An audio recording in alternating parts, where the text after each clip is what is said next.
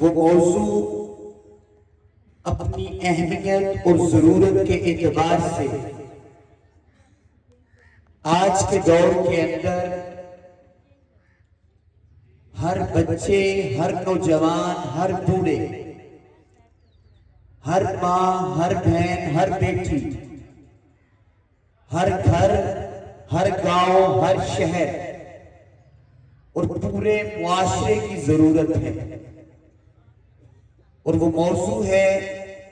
خدمت دین کی ضرورت و اہمیت۔ اور اسی حوالے سے ہم قرآن کی روشنی میں، آقا علیہ السلام کی سیرت کی روشنی میں، صحابہ کرام اور اہل بیت اور اولیاء و صالحین کی سیرت کی روشنی میں اس بات کو سمجھنے کی کوشش کریں گے کہ دین کا معنی اور مفہوم کیا ہے، اور کس طرح آج کے دور کے اندر ہم دین کی اہمیت کو سمجھ کر خدمت دین کے جذبے کو اپنے اندر اور اپنے آنے والی نسلوں کے اندر کس طرح اس کو زندہ کر سکتے ہیں۔ جو آیت مبارکہ میں نے آپ کے سامنے تلاوت کرنے کا شرف حاصل کیا، اس میں اللہ رب العزت نے فرمایا هو الذی، وہی اللہ ہے، وہی رب ہے، ارسل رسولہ، جس نے اپنے رسول، اپنے محبوب، اپنے محمد مصطفیٰ صلی اللہ علیہ وآلہ وسلم کو بھیجا،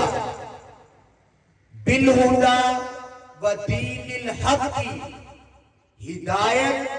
اور دین حق دے کر۔ تو میرے رب، تو نے اپنے محبوب کو ہدایت اور دین حق کیوں دے کر بھیجا؟ تو خدا نے کہا لِيُظْهِرَهُ عَلَى الدِّينِ كُلِّهِ، کہ میرے محبوب، میں نے تجھے ہدایت اور دین حق دے کر اس دنیا میں مبعوث اس لیے فرمایا کہ تو اس دین حق کو، اس دین اسلام کو، اس دین محمدی کو، اس دین نظام کو تمام ادیان پر اور تمام نظاموں پر غالب اور سر بلند کر دے۔ پھر اللہ نے فرمایا وَلَوْ كَرِهَ الْمُشْرِكُونَ، خواہ مشرک کتنا ہی ناپسند کرے۔ تو اس آیت مبارکہ سے پتہ یہ چلا کہ اللہ تعالیٰ نے اپنے پیارے محبوب محمد مصطفیٰ صلی اللہ علیہ وآلہ وسلم کو بھیجنے کا مقصد یہ بیان کیا کہ میرے محبوب، تو اس دین کو، یعنی دین اسلام کو تمام ادیان پر غالب کر دے۔ یہ میرے مصطفیٰ کی بعثت کا مقصد تھا۔ تو اس دین حق کی خدمت اور اس کی ضرورت و اہمیت، اس کو سمجھنے سے پہلے یہ تصور کلیئر کرنا ضروری ہے کہ دین کہتے کس کو ہے، دین کا معنی کیا ہے، دین کا مفہوم کیا ہے۔ تو دین ایک ایسے نظام حیات کو کہا جاتا ہے جو ہر اعتبار سے کامل اور مکمل ہے۔ دین ایسے نظام حیات کو کہا جاتا ہے جو انسان کی زندگی کے ہر گوشے کے بارے میں اس کی رہنمائی کرے، چاہے اس کا تعلق انسان کی انفرادی زندگی سے ہو، چاہے اس کا تعلق انسان کی خاندانی زندگی سے ہو، چاہے اس کا تعلق انسان کی اجتماعی زندگی سے ہو، چاہے اس کا تعلق انسان کی معاشرتی زندگی سے ہو، اس کی سماجی زندگی سے ہو، اس کی سیاسی زندگی سے ہو، اس کی بین الاقوامی زندگی سے ہو، اس کی انٹرنیشنل افیئر سے متعلق ہو، یا انسان کی اخروی زندگی سے متعلق ہو۔ دین ایسے نظام کو کہا جاتا ہے جو ان تمام گوشوں کے بارے میں انسان کی مکمل اور کامل رہنمائی کرتا ہے، مکمل گائیڈ لائن دیتا ہے، مکمل ایڈریس کرتا ہے، مکمل ڈائریکشن عطا کرتا ہے۔ اور پھر قرآن نے دین کا لفظ دنیا اور آخرت دونوں کے لیے استعمال کیا، اور ہم کو بتا دیا کہ نادان، اگر تو دین کو فقط دنیا کی خاطر استعمال کرے گا اور آخرت کے لیے استعمال نہیں کرے گا تو تیرا یہ تصور دین کا ایک بازو کاٹ دے گا، اور تو دین کو فقط نماز، روزہ، زکوٰۃ، حج اور حقوق اللہ تک اور ظاہری عبادات تک محدود کر دے گا تو تب بھی تو دین کا ایک بازو کاٹ دے گا۔ نماز پڑھنا، روزہ رکھنا، زکوٰۃ دینا، حج کرنا، تسبیحات کرنا، صدقہ و خیرات کرنا، اسی طرح یہ جس طرح زندگی کے تمام حقوق اللہ ہیں، یہ دین کا حصہ ہے۔ اللہ نے کہا کہ اسی طرح تیرا لین دین،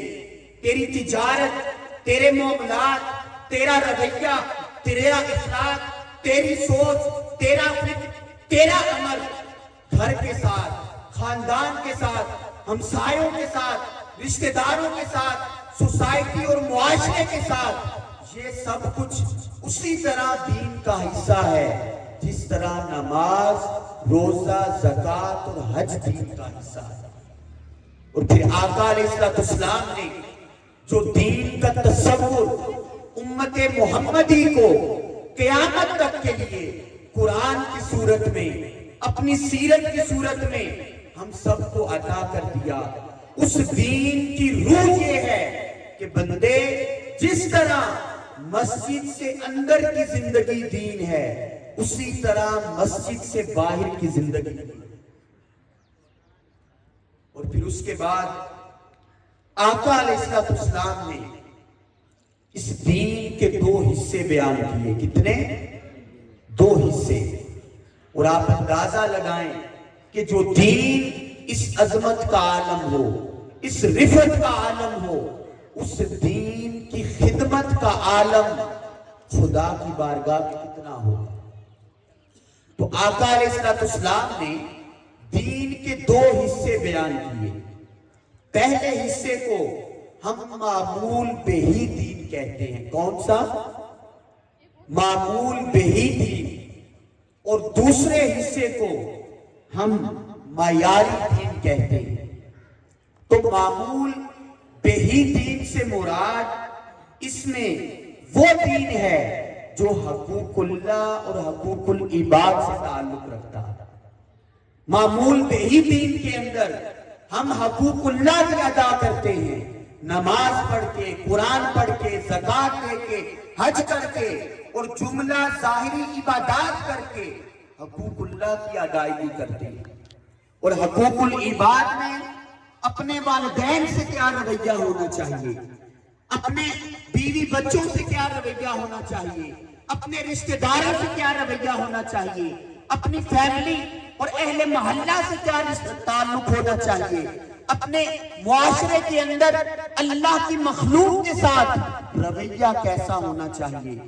اللہ کی مخلوق کے ساتھ آپ جتنے بھی معاملات اور جتنا بھی تعلق اور ان کے حق ادا کرتے ہیں، اس کو حقوق العباد کہتے ہیں۔ تو لہذا معمول بہی دین کے اندر حقوق اللہ اور حقوق العباد دونوں شامل ہو گئے۔ تو اب معیاری دین کس کو کہتے ہیں، اس تصور کو سمجھنے کی آج کے دور کے اندر بہت اشد ضرورت ہے۔ جیسے قرآن میں اللہ رب العزت نے فرمایا وَالَّذِي أَرْسَلَ رَسُولَهُ بِالْهُدَى وَدِينِ الْحَقِّ لِيُظْهِرَهُ عَلَى الدِّينِ كُلِّهِ۔ کہ میرے محبوب تجھے دین حق دے کر اور ہدایت دے کر اس لیے بھیج رہا ہوں کہ تو اس دین کو تمام ادیان پر غالب کر دے۔ تو دین کے اسی تصور کو معیاری دین کہا جاتا ہے، اور اس سے پتہ چلتا ہے کہ دین حق کو، دین اسلام کو بقیہ تمام نظاموں پر غالب کرنا، باقیہ تمام مذاہب پر غالب کرنا،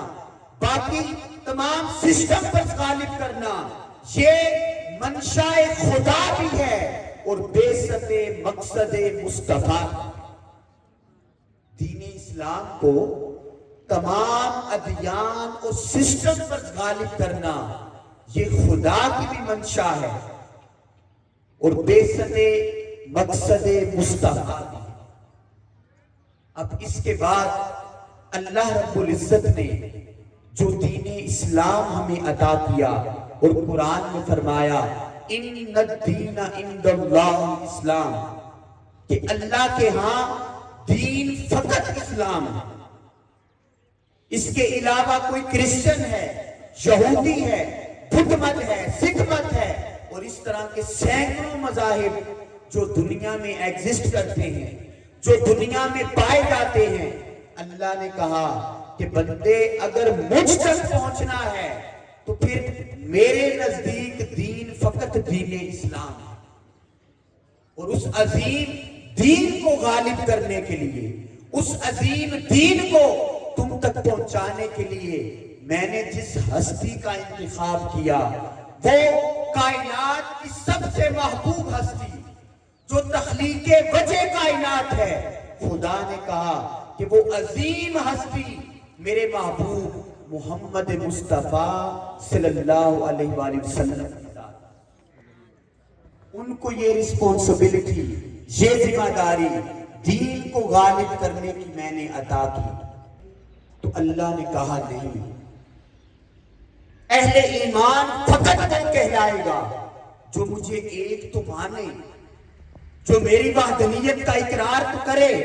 جو میری توحید کا اقرار تو کرے، لیکن اپنی عقل کی بنیاد پر نہیں، اپنے علم کی بنیاد پر نہیں، اپنے انالیسس کی بنیاد پر نہیں، بلکہ خدا نے کہا کہ صاحب ایمان فقط وہ ہوگا جو مجھے ایک تو مانے، لیکن مانے مجھے میرے مصطفیٰ کی نسبت سے، مانے مجھے میرے مصطفیٰ کے وسیلہ سے۔ قرآن میں اللہ نے اس راز کو بیان کیا، اور یہ بات قیامت تک کے لیے امت کو بتا کے آیت کے اندر اس بات کو اسٹیبلش کر دیا اور کہا قل هو اللہ احد، کہ میرے محبوب آپ فرما دیں کہ وہ اللہ ایک ہے۔ اب اس آیت کے اندر اللہ نے جب اپنے ایک ہونے کا، اپنی توحید کا، اپنی وحدانیت کا پیغام امت تک پہنچانا چاہا تو کل کہہ کے کہا میرے محبوب آپ ان کو بتا دیں، آپ ان کو سمجھا دیں کیا هو اللہ احد، کہ وہ اللہ ایک ہے۔ اب خدا کہتا ہے میں خالق ہوں، میں مالک ہوں، ہر چیز کو تخلیق کرنے والا ہوں، میں واسطوں یا وسیلوں کا محتاج نہیں، لیکن اے نادان انسان جب میں نے تجھ تک توحید پہنچانی چاہی، تجھ تک دین پہنچانا چاہا، تجھ تک ایک مکمل ضابطہ حیات پہنچانا چاہا، ایک سسٹم دینا چاہا، تو میں نے تیرے اور اپنے درمیان مصطفیٰ کی ذات کو وسیلہ بنایا، اور میں نے بتا دیا کہ جب میں خدا ہو کر، کل کائنات کا مالک ہو کر، اپنے مصطفیٰ کے وسیلہ کے بغیر، اپنے مصطفیٰ کے واسطے کے بغیر، اپنے مصطفیٰ کی نسبت کے بغیر تم سے کلام نہیں کرتا، تم تک دین نہیں پہنچاتا، تم تک شریعت نہیں پہنچاتا، تو تم میری ادنا سی مخلوق ہو کر میرے مصطفیٰ کے واسطے کے بغیر، وسیلہ کے بغیر، نسبت کے بغیر، محبت کے بغیر، ادب کے بغیر، تعظیم کے بغیر، عشق کے بغیر مجھ تک کیسے پہنچ سکتے ہو؟ مجھ تک پہنچنا ہے تو آؤ پہلے میرے مصطفیٰ سے جڑو، میرا مصطفیٰ تمہیں خدا تک پہنچا دے۔ تو پتا چلا کہ ایمان اللہ کو ایک ماننے کا نام نہیں، بلکہ اللہ کے معبود کی محبت، ادب، تعظیم اور عشق کا نام ہے۔ تو اب کوئی کہے کہ قمر بھائی اللہ تعالیٰ نے اپنے محبوب کی نسبت کوئی ایمان کیوں کہا؟ اس کی ریزن کیا ہے، لاجک کیا ہے؟ اس کی ریزن یہ ہے کہ اللہ نے اپنے محبوب کی وجہ سے اس کائنات کو تخلیق کیا۔ اس کائنات کی کل نعمتیں اللہ رب العزت نے اپنے محبوب کی وجہ سے کائنات کو عطا کی، اور پھر وہ مقام عطا کیا اور درجہ محبوبیت عطا کیا، اور کہا میرے محبوب جو تیرا ہو گیا وہ میرا ہو گیا، جو تیرا نہ ہوا وہ میرا نہ ہوا۔ اور کسی نے بڑے پیارے انداز میں آقا علیہ السلام کی اس مقام کو بڑے پیارے انداز میں بیان فرمایا اور کہا کہ جہاں پر ایک انسان کی انسانیت کی انتہا ہوتی ہے، وہاں سے ایک مومن کی فراست کی ابتدا ہوتی ہے، اور جہاں پر ایک مومن کی فراست کی انتہا ہوتی ہے، وہاں سے ایک ولی کی ولایت کی ابتدا ہوتی ہے، اور جہاں پر ایک ولی کی ولایت کی انتہا ہوتی ہے، وہاں سے ایک کتب کی قطبیت کی ابتدا ہوتی ہے، اور جہاں پر ایک کتب کی قطبیت کی انتہا ہوتی ہے، وہاں سے ایک غوث کی غوثیت کی ابتدا ہوتی ہے، اور جہاں پر ایک غوث کی غوثیت کی انتہا ہوتی ہے، وہاں سے ایک تابی کی تابیت کی ابتدا ہوتی ہے، اور جہاں پر ایک تابی کی تابیت کی انتہا ہوتی ہے، وہاں سے ایک صحابی کی صحابیت کی ابتدا ہوتی ہے، اور جہاں پر ایک صحابی کی صحابیت کی انتہا ہوتی ہے، وہاں سے ایک نبی کی نبوت کی ابتدا ہوتی ہے، اور جہاں پر ایک نبی کی نبوت کی انتہا ہوتی ہے، وہاں سے ایک رسول کی رسالت کی ابتدا ہوتی ہے، اور جہاں پر کل رسولوں کی رسالت کی انتہا ہوتی ہے، وہاں سے آپ کے اور میرے آقا آقا دو جہاں حضرت محمد مصطفیٰ کے مقام کی ابتدا ہوتی ہے۔ اور اللہ نے کہا کہ یہاں سے تو میرے محبوب کے مقام کی ابتدا ہوتی ہے،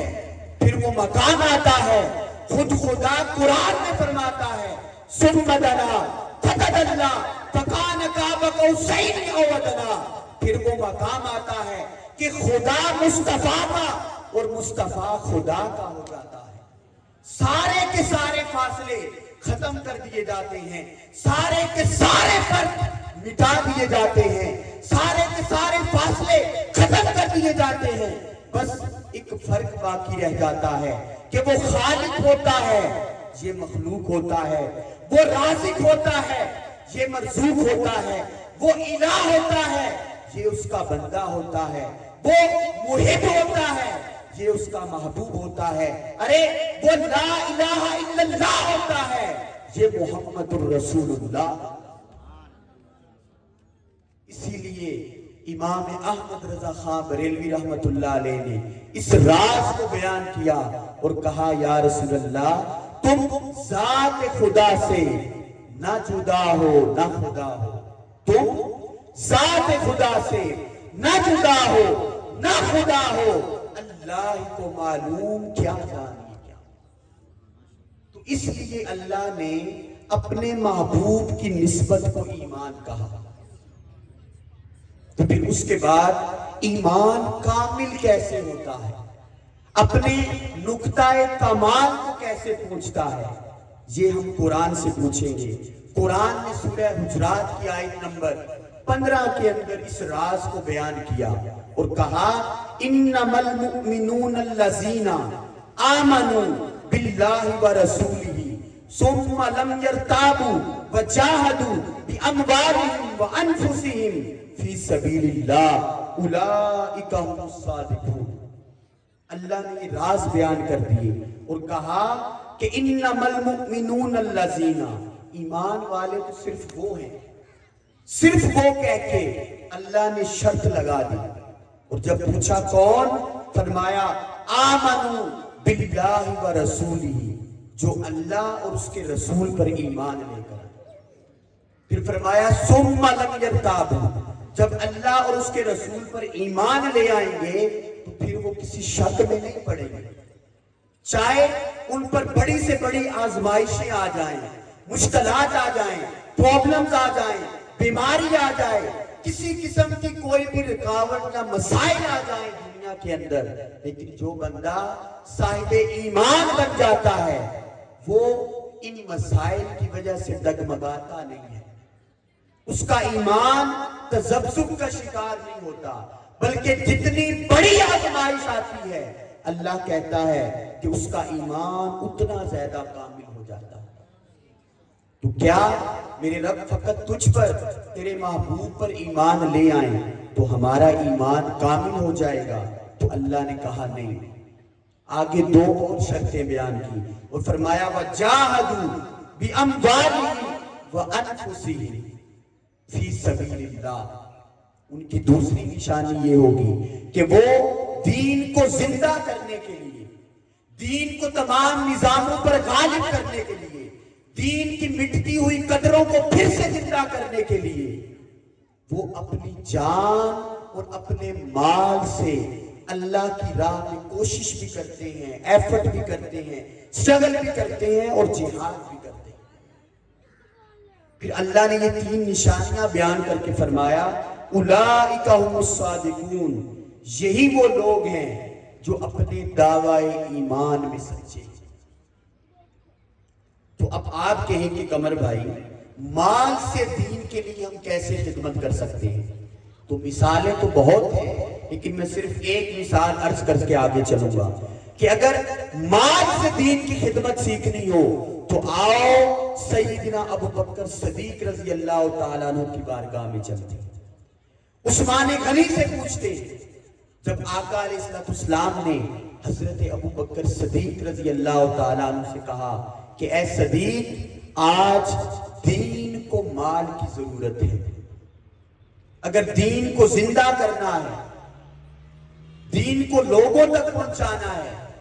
تو آج مال چاہیے۔ تو ابو بکر صدیق نے کہا یا رسول اللہ اپنے گھر کا سب کچھ اٹھا کر، یہاں تک کہ کہتے ہیں سوئی بھی، وہ بھی اٹھا کر آقا علیہ السلام کے قدموں میں رکھ دی اور کہا یا رسول اللہ میرے پاس جو کچھ تھا میں سب کچھ لا کر آپ کے قدموں پہ نچھاور کرتا ہوں۔ تو جب آقا علیہ السلام نے پوچھا کہ اے ابو بکر صدیق اپنے لیے بھی کچھ چھوڑ کے آئے ہو یا نہیں؟ تو ابو بکر صدیق رضی اللہ تعالیٰ نے کہا کہ اے میرے پیارے محبوب میرے لیے خدا اور اس کا رسول ہی کافی۔ تو بتایا کہ دین کی خدمت کیسے کرتے، یہ نقطہ کمال تھا، اپنے مال اور دولت کے ذریعے دین کی خدمت کرنا۔ پھر جان سے دین کی خدمت کیسے کرتے ہیں، اگر یہ جاننا ہو تو قربانیاں تو صحابہ نے بھی دی، تاریخ کے اندر سب لوگوں نے اپنا اپنا حصہ ڈالا، لیکن جو حصہ علی شیر خدا اور علی اور سیدہ کائنات کے بچوں نے دین کو زندگی دینے کے لیے اپنا سب کچھ لٹا کے اپنی جانوں کے نذرانے پیش کر کے جو دین کو زندگی عطا کی وہ رہتی دنیا تک کوئی نہیں ادا کر پائے گا۔ تو مال اور جان سے دین کی خدمت کیسے ہوتی ہے؟